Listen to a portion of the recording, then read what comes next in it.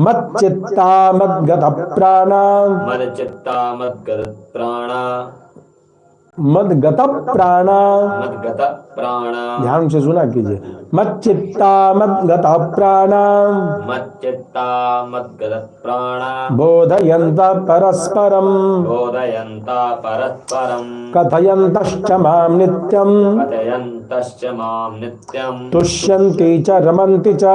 तुष्यन्ति च रमन्ति च। 9वें मंत्र में देखते हैं भगवान क्या कहते हैं। मच्चित्ताहा मयि निविष्ट मनसः, मच्चित्ताहा मतलब मुझ में जिसका मन, निश्चित मन निविष्ट हो जाए, यानी स्थिर हो जाए, बैठ जाए।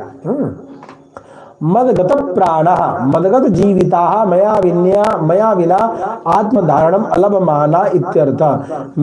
मदगत जीविता प्राणा यानी मेरे अधीन जीवन जीने वाला है और मेरे बिना यह जीवन धारण न कर सके, उसे ऐसा लगे कि भगवान यदि नहीं रहेंगे तो मैं कैसे जीऊंगा, ऐसे भाव वाला।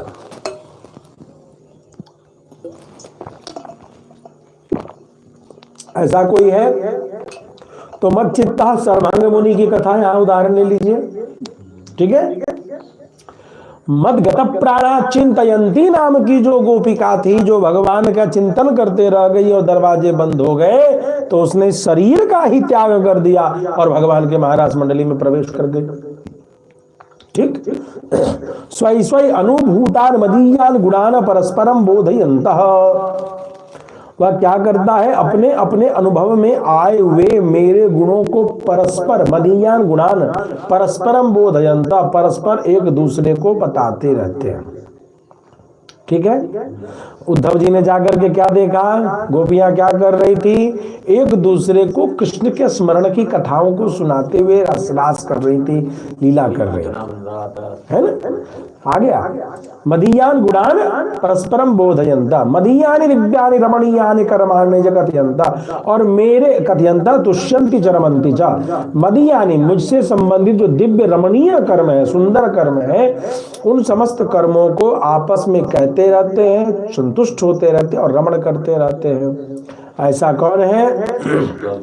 उद्धव जी कथा सुनाने का तो गोपी है। हाँ, गोपियां तो अब दूसरा भी उदाहरण लाओ, फिर उससे परे नहीं जाओगे। गोपी में तो फिर अभी तो गोपी का उदाहरण हो गया, और भी कथा में आओ, ऐसे नहीं एक ही उदाहरण मत चिपको।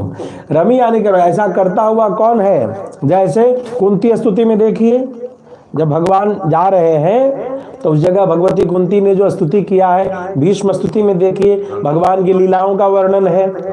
ऐसा व्यास का मतलब क्या हुआ, विस्तार में आइए, है ना।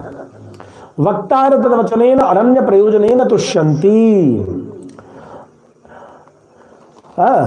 अभिप्राय यह है कि जिसके अतिरिक्त अन्य कुछ भी प्रयोजन नहीं है, ऐसे उस मेरे गुण वचन से वक्ता गुण संतुष्ट हो जाते हैं।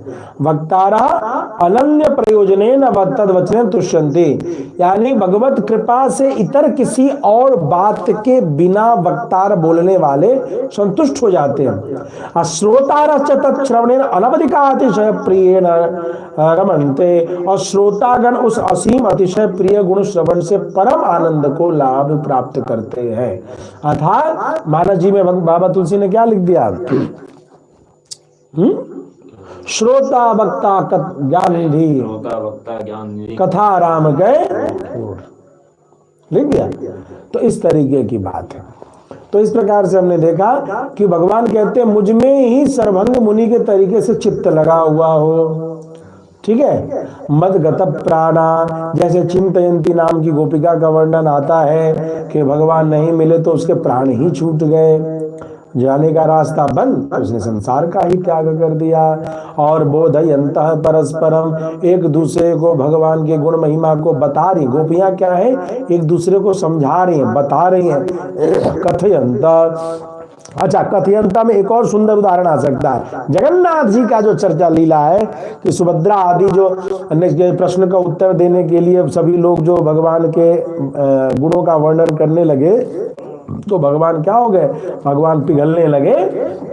वह प्रसंग भी कथयंता में चर्चा आ सकता है। ठीक है, आइए। तो